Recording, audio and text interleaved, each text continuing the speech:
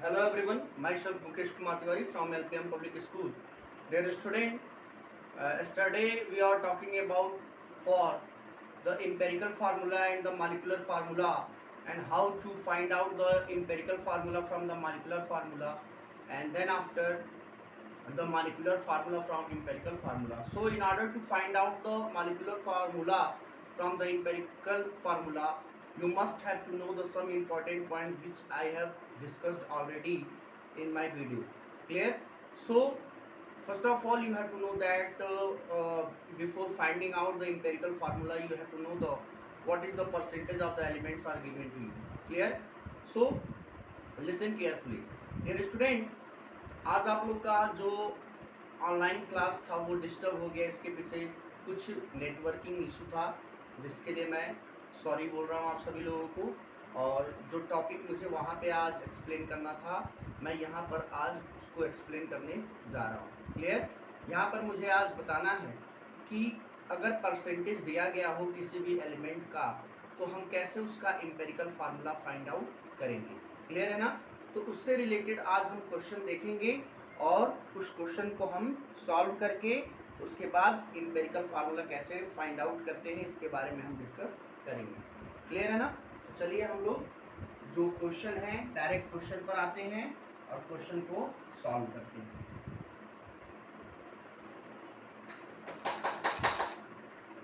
चलिए, सबसे पहला जो क्वेश्चन है, क्वेश्चन में दिया गया है, मैं यहाँ पे लिख दे रहा हूँ क्वेश्चन।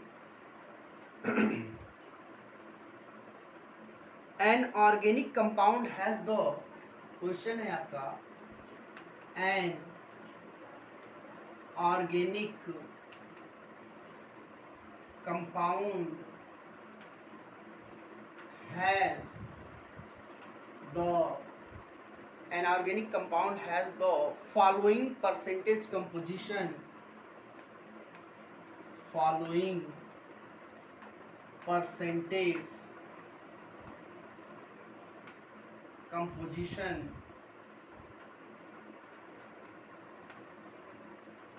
following percentage composition, जिसमें कार्बन जो दिया है, carbon 48%, hydrogen 8%, nitrogen 28%, nitrogen 28%, full stop. Calculate the empirical formula of the compound, calculate the empirical formula, calculate the empirical formula of the compound. ये क्वेश्चन आपको गिवन है और इस question में आपको एम्पिरिकल फार्मूला पूछा जा रहा है। तो सबसे पहले आपको ये पता होना चाहिए कि ये जो क्वेश्चन हम यहाँ पर लिख रहे हैं या लिख चुके हैं, इस क्वेश्चन में कौन कौन से एलिमेंट मेंशन किए गए हैं। क्लियर है ना? तो आप देख सकते हैं यहाँ पर 3 एलिमेंट हैं, कार्बन, हाइड्रोजन और नाइट्रोजन। तो हम क्या करेंगे, एक बार सबके परसेंटेज को ऐड करेंगे, यानी 48 प्लस 8 प्लस 28, तो ये आपका हो जाएगा 8 8 8 यानी 20, ये 4 हो गया, और 4 to 6 to 8 यानी ये 84 हो गया। यानी अभी ये 100% है नहीं। क्लियर है ना? तो इसका मतलब इसमें और एक एलिमेंट होगा, तो वो कौन सा होगा? वो ऑक्सीजन होता है। तो हम करेंगे क्या कि percentage of oxygen is equal to 100 minus 84 is equal to 16%। यानी इसका मतलब इसमें कार्बन, हाइड्रोजन, नाइट्रोजन तो मेंशन किया गया है, बट ऑक्सीजन नहीं मेंशन किया गया है। तो ऑक्सीजन का परसेंटेज फाइंड करने के लिए हम सबके परसेंटेज को ऐड कर देंगे और जो आएगा उसको हम 100 में से माइनस कर देंगे, तो हमें रिमेनिंग ऑक्सीजन का परसेंटेज मिल जाएगा। क्लियर है ना? अब आपको पता है कि यहाँ पर जब परसेंटेज आपको पता चल गया, तो परसेंटेज के बाद का जो वर्क है वो आप एक टेबल बनाते हो और उस टेबल में जो भी परसेंटेज है उस परसेंटेज को पुट करके अलग अलग वैल्यू को फाइंड करते चले जाते हैं। क्लियर है ना? तो आइए वही यहाँ पर भी हमें वही करना है। तो सबसे पहले मैं इसको इरेज करने जा रहा हूँ और यहाँ से हम लोग फाइंड करेंगे। पहले एक हम टेबल बनाएंगे, जो टेबल आपको मैंने कल वीडियो में बताया भी था, और उस टेबल में हम कुछ पॉइंट मेंशन करते हैं। सबसे पहले हम टेबल यहाँ बनाते हैं। ये हमारा एक टेबल है और इस टेबल में हम क्या क्या लिखते हैं।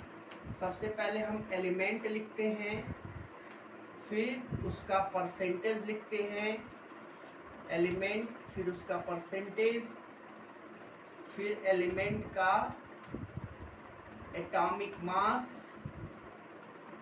उसके बाद हम क्या लिखेंगे, उसके बाद हम लिखेंगे ग्राम एटम्स, फिर एटॉमिक रेशियो, ग्राम एटम्स, फिर एटॉमिक रेशियो,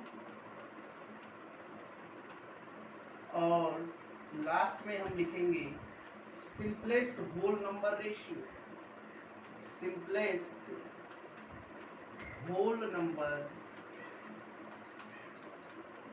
रेशियो, या सिंपलेस्ट होल नंबर आप लिखिए, होल नंबर रेशियो नहीं। यहाँ से यहाँ तक हम उसको लिख दिए। अब आपको मैंने बताया कि इसमें कार्बन था, हाइड्रोजन है, नाइट्रोजन है और ऑक्सीजन है। कार्बन कितना परसेंट दिया था? तो भाई 48% दिया है। हाइड्रोजन 8%, नाइट्रोजन 28% और ऑक्सीजन 16%। ये सब मैंने परसेंटेज वाले कॉलम में लिख दिया।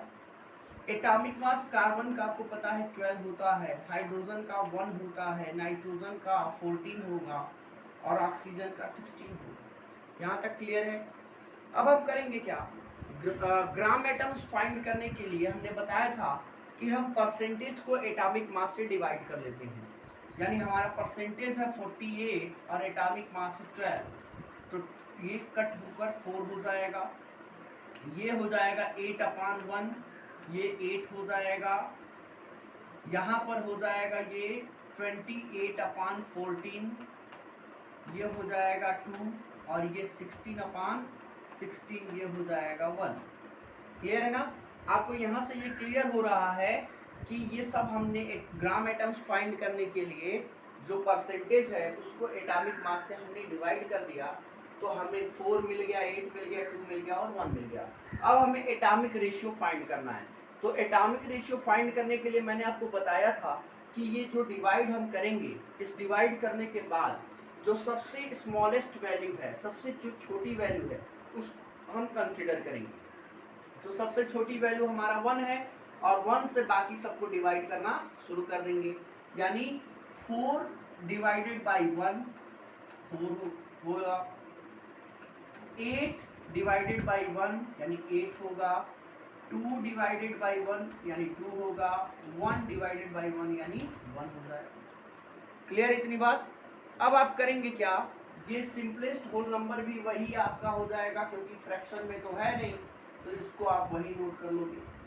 अब इसमें कार्बन 4, हाइड्रोजन 8, नाइट्रोजन 2, ऑक्सीजन 1, यानी यहाँ से अब हम इसका बना रहे हैं क्या, एम्पेरिकल फार्मूला।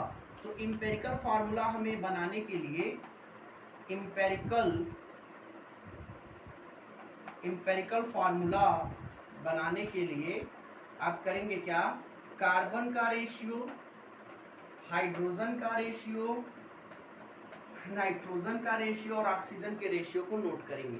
तो कार्बन यहाँ दिया है 4, हाइड्रोजन दिया है 8, नाइट्रोजन दिया है 2 और ऑक्सीजन दिया है 1। ठीक है ना?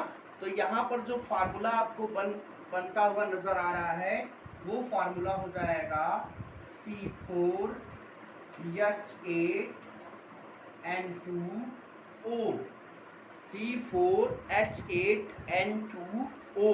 यानी ये जो आपको क्वेश्चन दिया गया था, इस क्वेश्चन में जो कंपाउंड है और कंपाउंड में जो एलिमेंट्स के परसेंटेज दिए गए थे, उस परसेंटेज को पूरा सॉल्व करने पर जो हमें एम्पेरिकल फार्मूला मिल जाएगा वो क्या हो जाएगा, C4H8N2O।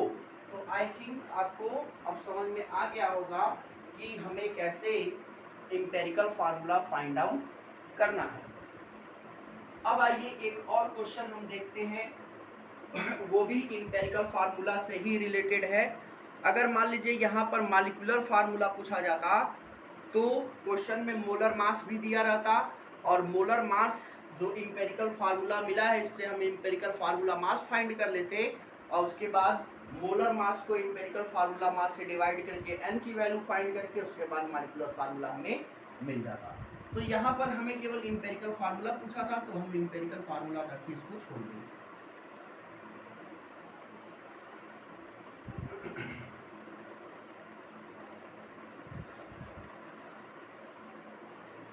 चलिए एक और क्वेश्चन है जो आपके एनसीईआरटी एक्सरसाइज का क्वेश्चन है और एम्पेरिकल फार्मूला से ही रिलेटेड ये क्वेश्चन है। क्वेश्चन दिया गया है, determine the empirical formula of an oxide of iron. Second question है, determine the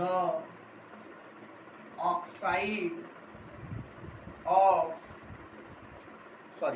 determine the empirical formula है, determine the empirical formula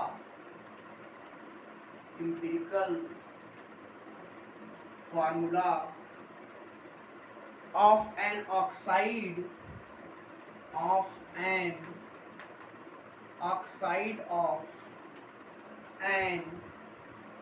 iron oxide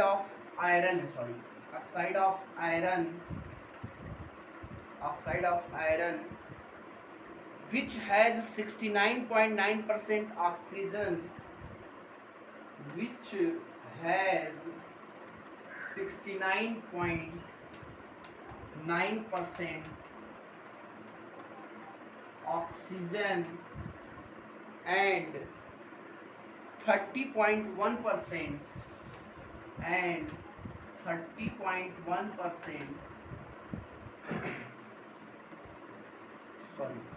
which has 69.9% iron, oxygen नहीं है ये, 69.9% आयरन एंड 30.1% ऑक्सीजन है, oxygen by mass. अब जरा ध्यान से इस क्वेश्चन को आप देखिए। इस क्वेश्चन में आपको इंपेरिकल फार्मूला पूछा जा रहा है और कोई ऑक्साइड है, वो भी किसका ऑक्साइड है, आयरन का है, ऑक्साइड ऑफ आयरन, जिसमें आयरन जो है वो 69.9% है और ऑक्सीजन जो है वो 30.1% है। तो इंपेरिकल फार्मूला आपको बनाने के लिए तरीका वो आप जान ही रहे हैं। आप एक टेबल बनाएंगे, यहाँ से हम सॉल्यूशन लिखते हैं।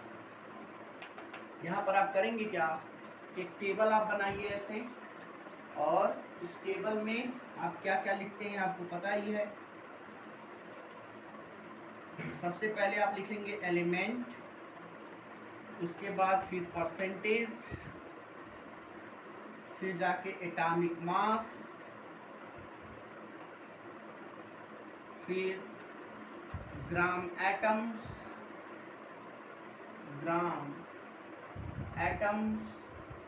फिर एटॉमिक रेशियो,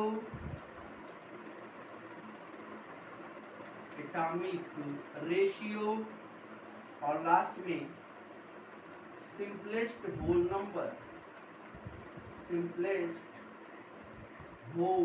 नंबर। तो यहाँ एलिमेंट आपको दिया गया है, आयरन है और ऑक्सीजन है।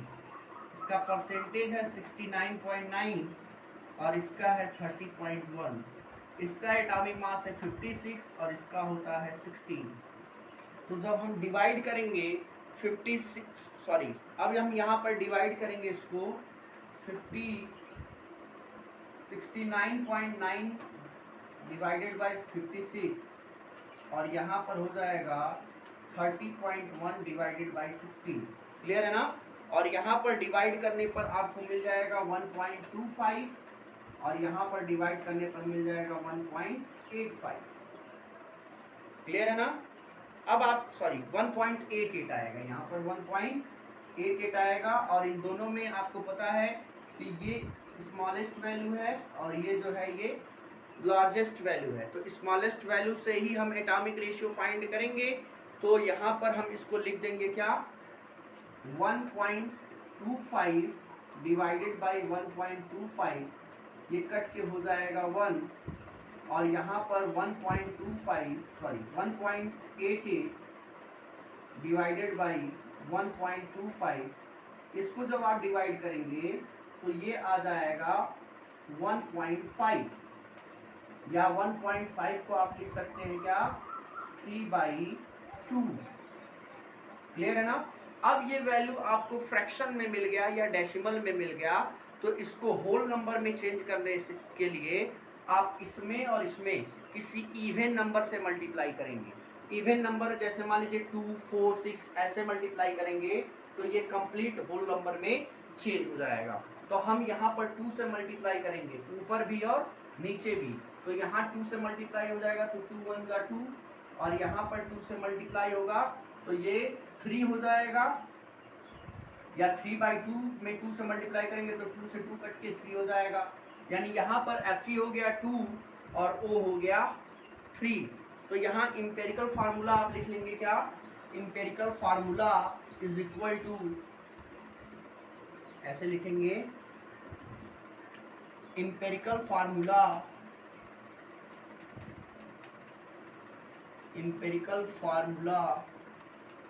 इज इक्वल टू आयरन का जो परसेंटेज है और ऑक्सीजन का जो परसेंटेज, सॉरी रेशियो जो अमाउंट मिला है, इसका 2 है और इसका 3 है।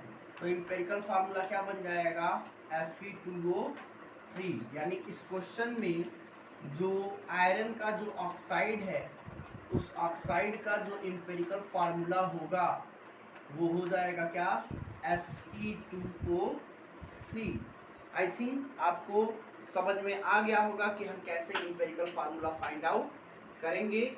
और इस तरह से मैंने आपको 2 क्वेश्चन बता दिए हैं। दोनों क्वेश्चन से, परसेंटेज वाले क्वेश्चन से आप इंपेरिकल फार्मूला आप फाइंड आउट कर सकते हैं। क्लियर है ना। अगर आपको यहाँ से मॉलिक्यूलर फार्मूला फाइंड करना हो तो उसके लिए भी एक क्वेश्चन मैं आपको अपने अगले वीडियो में बनाकर बता दूंगा। क्लियर है ना। यहाँ तक आप लोग कंसीडर कर लीजिएगा।